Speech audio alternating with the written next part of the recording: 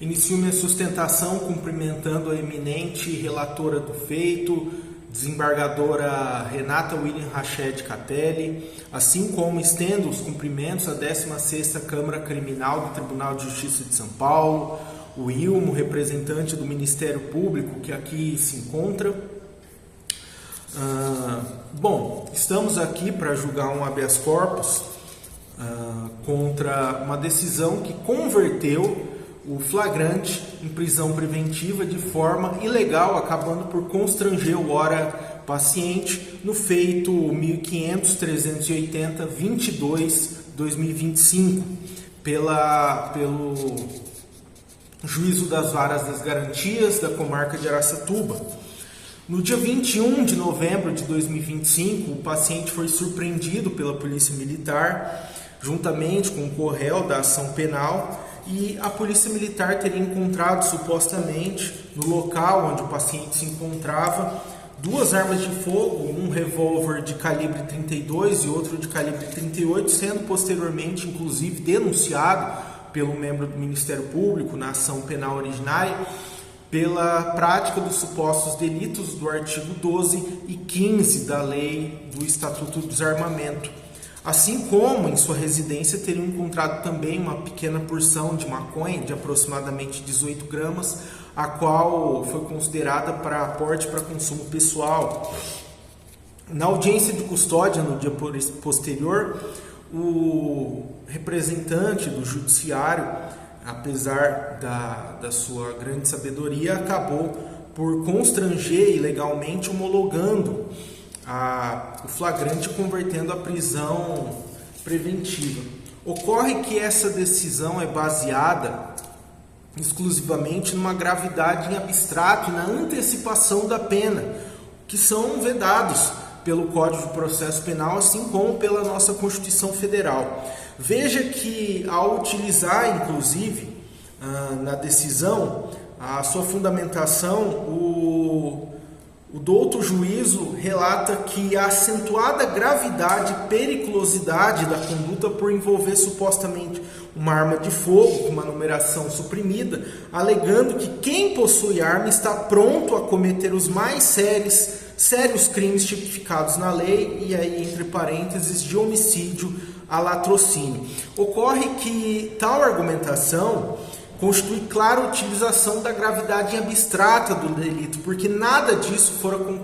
fora comprovado no inquérito policial. Não houveram testemunhas que afirmaram que a arma seria para a utilização de outros crimes, não houveram mensagens capturadas em seu celular, assim como gravações, enfim, que viessem a corroborar de forma concreta, como exige a jurisprudência pacífica, de que essas armas seriam utilizadas para a prática de outros crimes. Veja que os tribunais superiores também rechaçam a prisão cautelar quando a sua segregação se baseia, quando a sua fundamentação, excelência, se baseia única e exclusivamente na gravidade em abstrato. Aqui cito inclusive o agravo regimental no habeas corpus 982.521 de São Paulo, do eminente ministro relator Messode Azulay Neto, da quinta turma, em que a tese de julgamento deste habeas corpus foi que a prisão preventiva deve ser fundamentada em elementos concretos que indiquem periculosidade do agente e não apenas a gravidade abstrata do delito. Portanto, são aplicáveis as medidas cautelares diversas da prisão. Mais ainda, e mais grave ainda tal situação da prisão cautelar do ora paciente, é porque acaba por explicitar um caráter um tanto quanto, infelizmente, ainda costumeiro pelo judiciário, mas a antecipação da pena, violando assim o princípio basilar da presunção da não culpabilidade, esculpido no artigo 5º, inciso 57 da nossa Constituição Federal, e que também é vedado pelo artigo 313, parágrafo 1º do Código de Processo Penal. Isso porque a autoridade coautora ainda consigna expressamente que, por não haver atividade laboral, a recolocação da liberdade neste momento geraria presumível retorno às vias delitivas, meio de suspenso. Ocorre que, inclusive, a presunção não cabe no nosso processo penal. A segregação cautelar, quando decidida pelo juízo, ela deve se basear em elementos concretos, comprovados, e não em meras ilações, com o devido respeito ao juízo de piso que acabou decretando a prisão preventiva. Sendo assim,